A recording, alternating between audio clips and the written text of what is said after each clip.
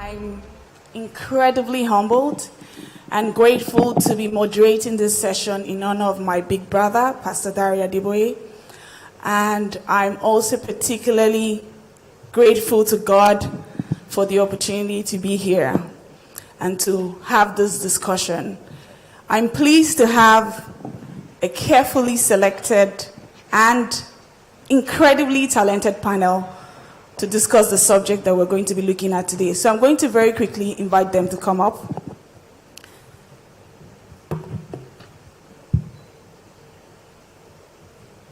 So my first panelist, and please do well to give them a warm welcome when they come up, is Pastor I.D. Iluyomade, the SA to the GO for CSR and the chairman in charge of his Love Foundation.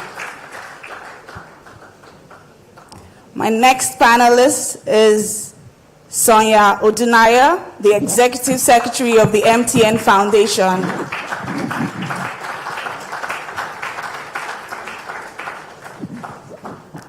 So please welcome Pastor Larry Oyegbola, the CEO of Havas Africa.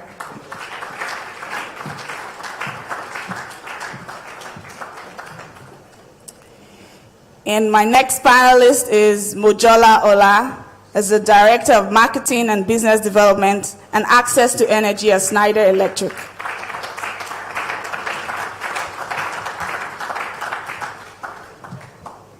Thank you.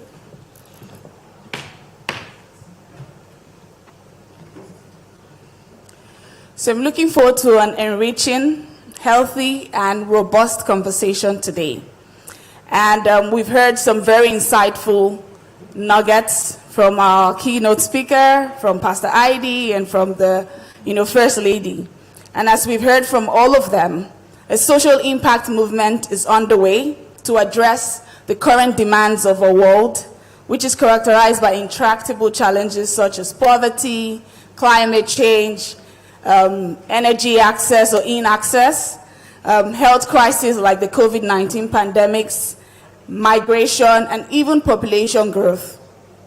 There's pressure on consumers, citizens, regulators, and other stakeholders to combine economic, financial, social, and environmental goals rather than solely focusing on shareholder value, for example.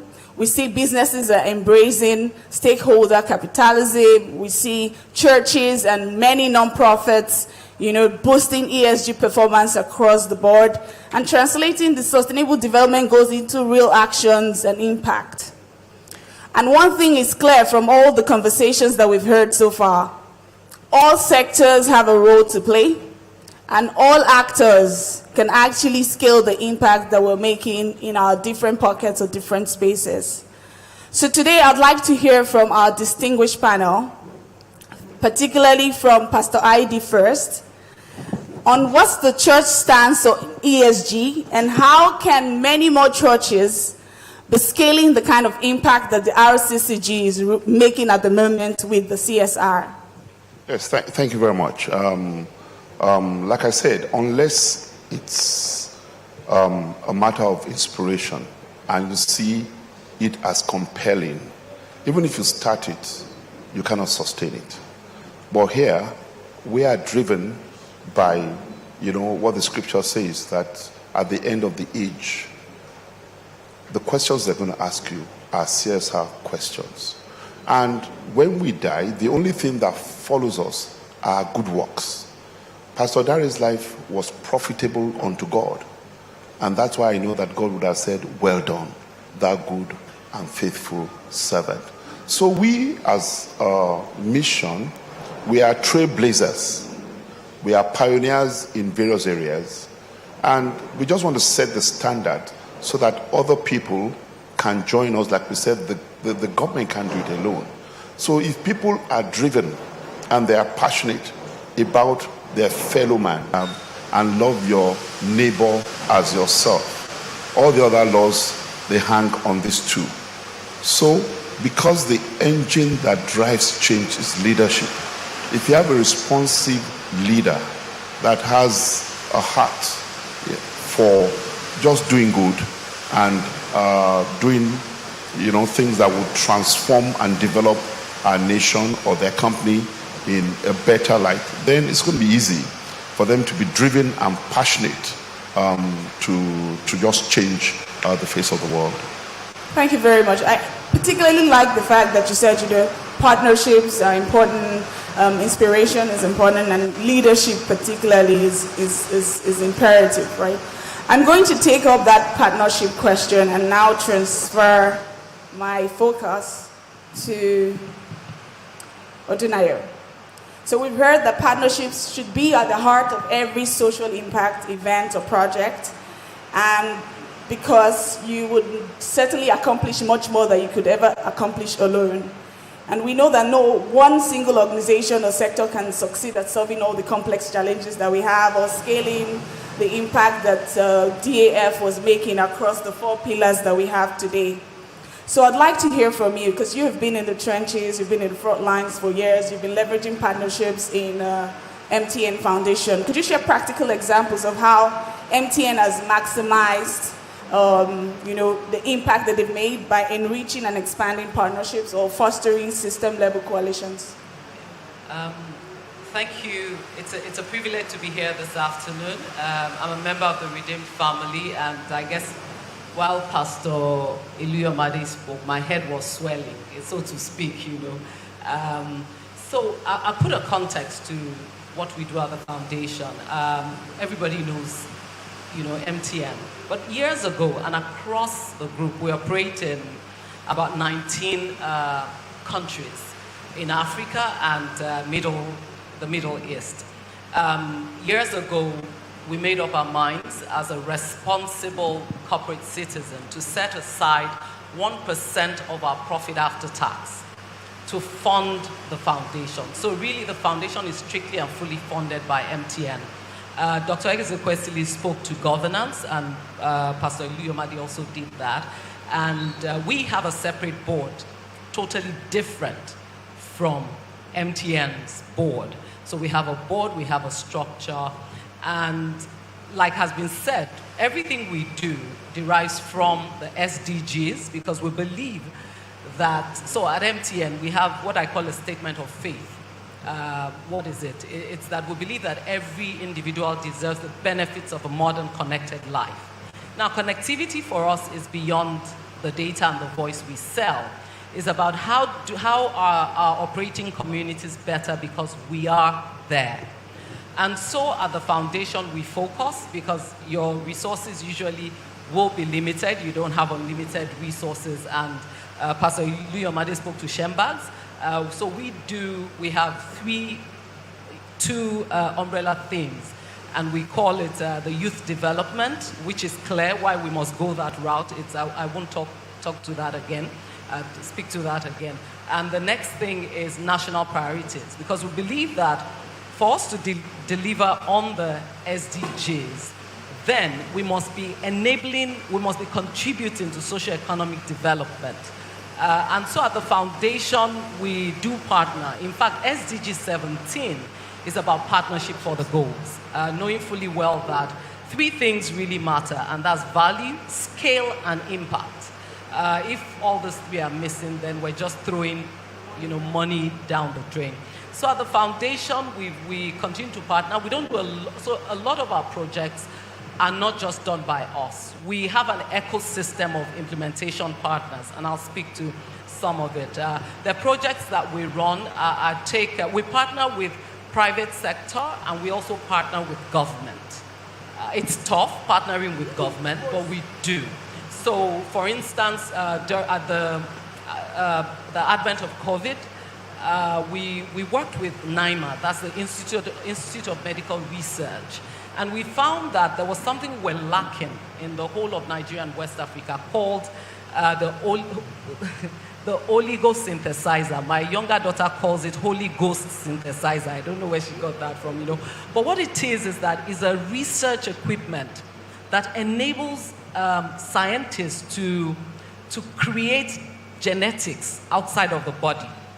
And so it can be used sorry, I'm not a scientist, but it can be imported back, whatever is done, when they do the genetic sequencing, it can be imported back into the body to close up the gap that is caused by either cancer, bacteria, fungal infections, and all of that. So we did partner with them. What we did was to fund the delivery. And not only fund the delivery, we used our own processes to procure the machine, and we handed it over, set up the lab. And when a meeting with them last week, it worked also because they have the private sector mentality, I must say. And so last week we were in a meeting with them, and they showed us all the successful trials they've done. They will be able to produce test kits, not only for COVID, but other diseases of public importance. That's the only functional machine in the whole of West Africa. So it creates a different value chain entirely.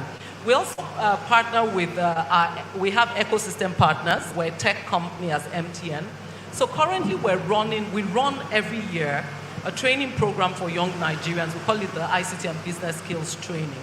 So we look at the MBS statistics, and we pick up states that have high levels of unemployment, and we train them so that they can start their businesses or enhance their businesses.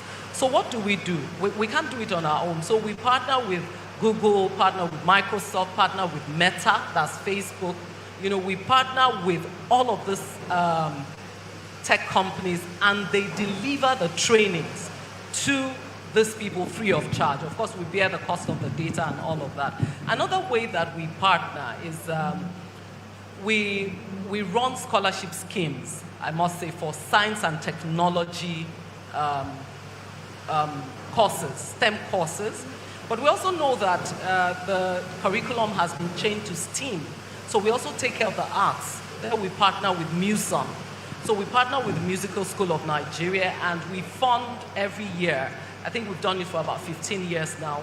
We fund young Nigerians who study music.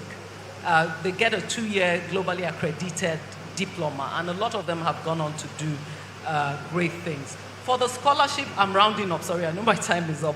For the scholarship, we also give scholarships to blind Nigerians. So we have, for us, they should be able to go to school. We've given close to about 12,000 scholarships in about 13 years now. And what we do is that we partner with specialized organizations so we partner with a blind organization. We can't do it by ourselves. So, we partner. So over the year, we've recorded scale. We do a lot of health projects. We've also done dialysis centers. We've partnered with the sickle cell to rework the entire, laboratory. So partnerships do work, and they've enabled us through partnerships. We've been able to deliver value, to scale, and to create, impact. Thank you very much for sharing that. We cannot overemphasize the need for partnerships.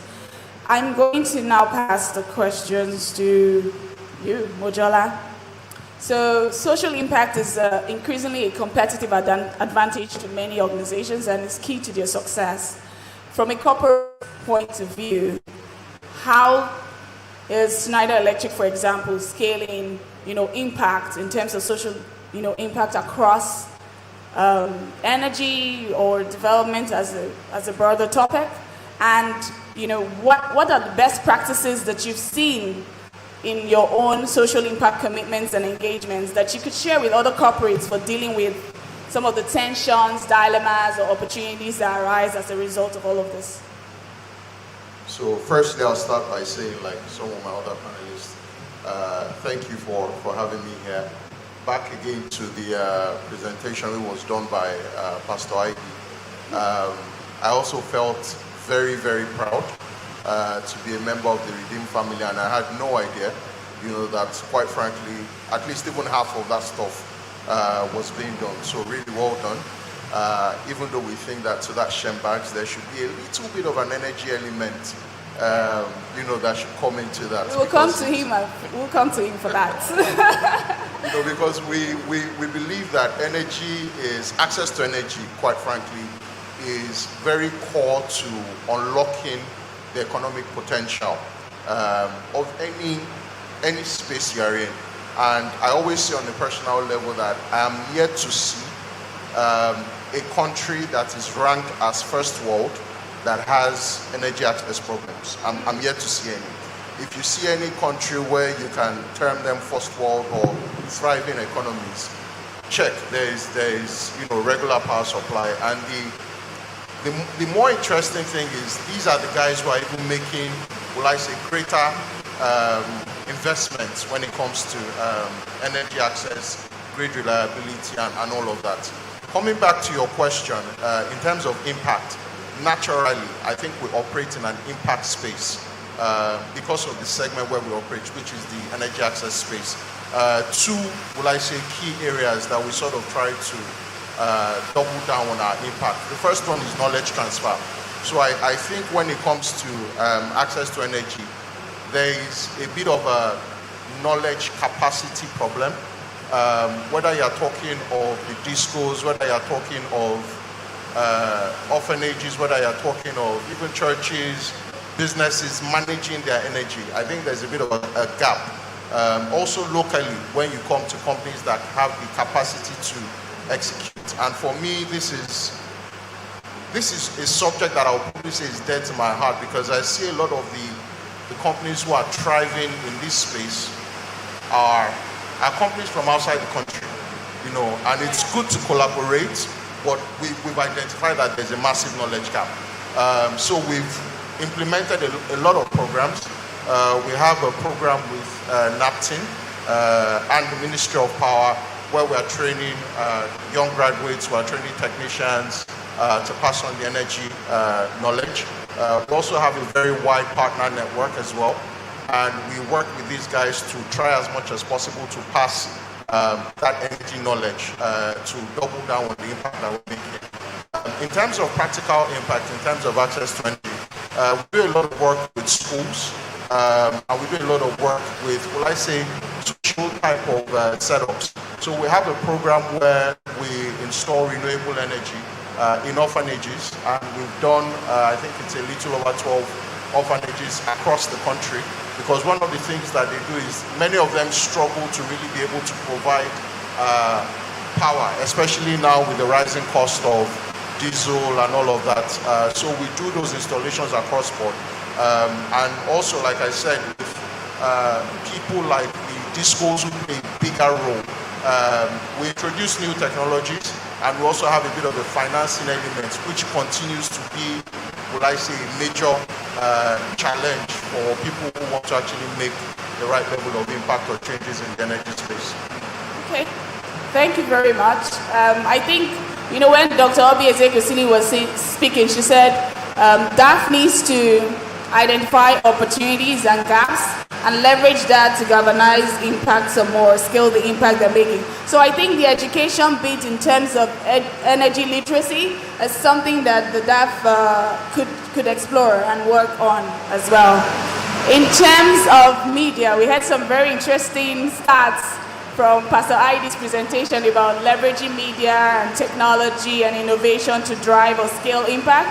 I'd like to hear from you. How can the Dari Adeboye Foundation, for example, and many other nonprofits who may be represented here, leverage, digital innovation and disruptive technology to scale the impact that we want to make? Thank you very much. And maybe to begin with the fact that I'm very grateful for this opportunity. And I'd like to also quickly acknowledge the fact that His Love Foundation is a client of ours, and the impact in terms of changing the perception, particularly ordinarily in the media space, somebody will have said, let us call Daddy Freeze, let's engage him, turn into an influencer, let him begin to write positive things. That is a natural disposition by practice. But you see, there's a part to numbers and fact. Fact has a way of silencing every form of doubt. And that's simply what we did with His Love Foundation. It was a time to just churn out the facts. Some of them can be very boring, but there's a way it can now become content that is appealing, content that you can easily connect with. And I guess that's one of the lessons. And I'd like to thank Pastor ID and the team at His Love Foundation for It was a rigorous speech, so I need to say that ahead of time. Yes, I'm a pastor in RCCG, but that didn't count really much because it was a pitch, 5 agencies pitched. We went through 3 rounds of pitches, met with external consultants. Some of them were from one of the best consulting firms that you can think of. And we've been able to work on that for the last 3 years. But I'd like to say that for the Dare Adeboye Foundation, what is key is to understand that we're in a connected world. And the strength for every work of impact is to recognize that first part. And ask the question, how does the media facilitate connection? And once we're able to clear that, it helps us to have a better view of what we can do further down the line. The next thing is to know that the commitment to sustainability is key because media in itself can become a cost if care is not taken. And then if there is a commitment to sustainability, then we'll understand the need for us to have what I call the efficiency and effectiveness of communication. So it's not just the fact that we want to communicate and we're looking for how to build highfalutin, very exciting commercials. Permit me to use MTN as an example. But the point is that we are not selling a physical product, neither are we selling a service. What we are selling is impact. And so it has to be effective and efficient communication that helps us to sell. This goes beyond the fact that somebody can tweet and somebody has a mastery of how to, cause things to trend on social media. I can say to us that most of the stats that we've seen from It's Not Foundation, half of the time do we aim to trend, because the goal is not to trend. The goal is to put across the kind of communication that drives efficiency and effectiveness. And how do you measure this? You measure it on the basis of scale. The time you're able to aggregate your communication to the level that it scales, and the people becomes the one that propagates the communication, it is at that point that you record efficiency. And it comes from what I actually talked about first, which is the fact that we're in a connected world. I'll close by saying that all of this comes from the fact that we have to be very clear about the fact that we have to put people at the core, all right? I would like to quote a certain report about the UN that was published in 2020 that speaks to the fact that the whole essence of social sustainability, which is the summary of it all, is the people. We have to put the people at the core. So whether we are taking media or we are taking the impact itself, we have to put the people at the core. The moment we have the people at the core, we will be able to achieve efficiency and effectiveness because the people will see themselves in it. When you talk about, there's a particular material that Pastor Ide likes that we should always refer to, and that is the surgery that was done, for these kids that, they had this, this challenge, klepto, something, I can't remember what the name is, klept, and there's a transition, yes, there's a transition you see, a before and after picture. Really, it may not be your fanciful, lovely, colorful, creative. It's just showing what the girl used to look like and what the girl looks like now. It's very powerful, and that we saw even in the scriptures.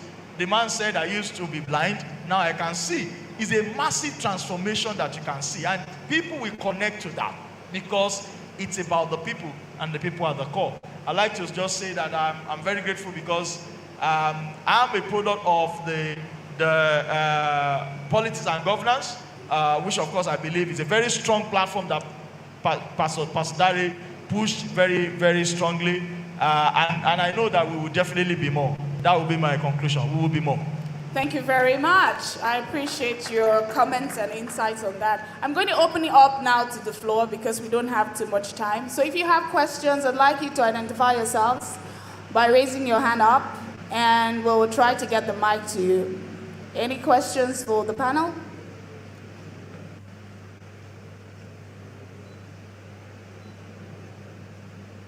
Young people in the room. Any questions? I see some students. Do you have questions? Anyone? Okay. Okay, sure. I'd just like to address the energy. You see, we're doing so much If you go to Kirikiri, not as an inmate, but you visit, there are 40 solar-powered lights, street lights there. We donated it. Now, there are some streets in Lagos, especially Surulere, that the crime rate is very high. For example, Akala Street. We now put solar-powered lights there, and instantly the crime rate dropped. And they have night trading. So we operate in the area of energy, and but you know, we have meager resources. So if you partner with us, maybe we'll be able to do more. Thank you. Yes, absolutely. Let's get that partnership in. So I have one last question for the panel, and it's around monitoring, measuring, and tracking progress. Some of you have done a number of projects, yeah? So I would like to hear what are the best practices that many other organizations can incorporate in their own projects today? Anyone? I think, yeah, when Dr. Ezekwesili spoke, she spoke to what we call monitoring and evaluation. It doesn't make sense if you put all that money and you can't track it, you can't harness any knowledge from it. So for us at the MTN Foundation, monitoring and evaluation is key. So we do have a monitoring and evaluation desk. And what do we do really? For us to get into any project, it has to align with the causes, the umbrella causes I've spoken to in terms of youth development and the national priorities. That's the first test. Now, the second test is what data is available around this thing. It could be a partnership project. It could be a project that we want to go into. So we go in and we mine data that whatever data is available, whether it supports or it's against what we're trying to do. And we make use of that data. Now, we move into the field. The first thing we need to do is what we call a needs assessment. You know, it's easy to sit in Ikoyi and think that what the person in Lokoja needs is a borehole. What this particular community needs is solar panels. And we make that mistake a lot. Now, we go into the communities and we do a needs-based assessment to really determine what they need. And then after that, we come back in, we pull the project. Usually there's a project governance and all of that. And then we continue to run an ongoing, ongoing assessment in terms of impact, such that you know when to intervene in the event that something isn't going, well. But a lot of it is, apart from the monitoring and evaluation, is around your ability to identify risks and mitigate them, and also the governance that you have in place, such that the resources are used very well, and then you become very efficient at that. Concerning our mission, our tracking mode is e-based. We have an e-portal. It's electronic, and they use it to capture everything that is going on. Every project, how much you spend, what kind of project, and then we now put it under the SDG, the various ones. So we have so much data. We can tell you how much was spent on daily feeding, on health, where they did it, So we have mined our data, and it's on a platform that with one press of the button, we can reel out numbers, for you. That's why it's made it more visible and easy for us to speak to the likes of MTN. Indeed, our first dialysis machine was donated to us by MTN, but ever since then, they have not done anything. So I think we need to have a conversation. We partnered with Shell. Shell gave us an ambulance, So corporate organizations, because they see our transparency and our data, they're partnering with us. Data is king, as they say. And as such, I'm glad that they applauded when I said, I need to see her later. MTN needs to do much more with Dare Foundation and our own foundation, HLF. And I think that's a point for us to... Yes, you have a call there, and you have to honor it. So it's been a wonderful conversation. I'm hoping that there could be questions, but if there is none, okay. Yes, please. Can we have the mic passed to him very quickly? Thanks. Good afternoon. Good afternoon. Our sister from MTN said something in person, and it's a problem, I think, which I think should be addressed for the benefit of Dairy Foundation, that there could be problem partnering with governmental agencies when you are ready to help the community. I have two instances to buttress my point. When the RCCG wants to fix a road and the community was not cooperating, in such cases, what do you think? And how are you able to overcome such problems when you want to help a community and there are agencies of the government, either traditional or local or whatever? That is my question. Thank you very much for the question. Well, I'll start with the government part of it. It doesn't work all the time, but it should not also be a deter us from partnering with government. We have hospitals that we've set up, dialysis centers, mammography centers, and some of those things, were just locked up. There was a change of CMD and the story started. And the whole thing, at the end of the day, we made, and this general hospitals, because we do partner, for us is about the people, you understand? So we did make attempts to go engage and all of that, but it wasn't coming through. And we even got board approval to go and fix some of those things, because there has to be a sustainability model, and the model was put in place whereby the rates are highly subsidized. There's a joint account with our partner, not us as MTN or MTN Foundation, with the implementation partner and the hospital board. And when they need to fix the machines, checks get signed, approvals, and they fix. That was a big issue. Nobody was willing to sign the checks for the implementation partners to fix. But bottom line is that we discovered something.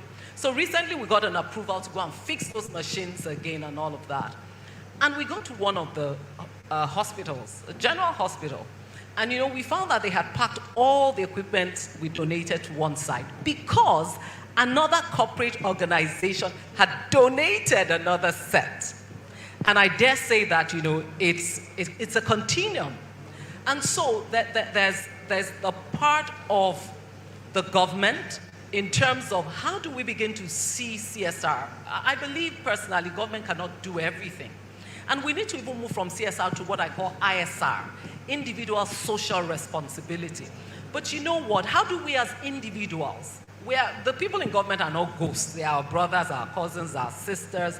Now, how do we get back the values within the society such that somebody who is in a position looks beyond himself or herself, that I'm there, I'm holding forth for other people.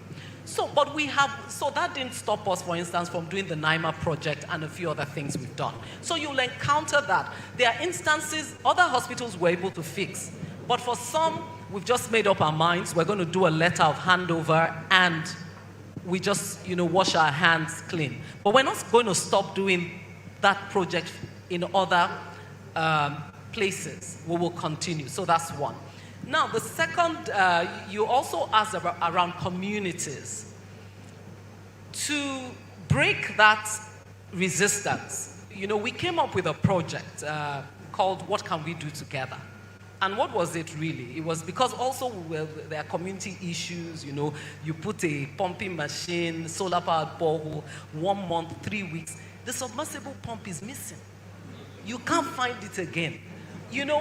But you just have to keep doing what you can do.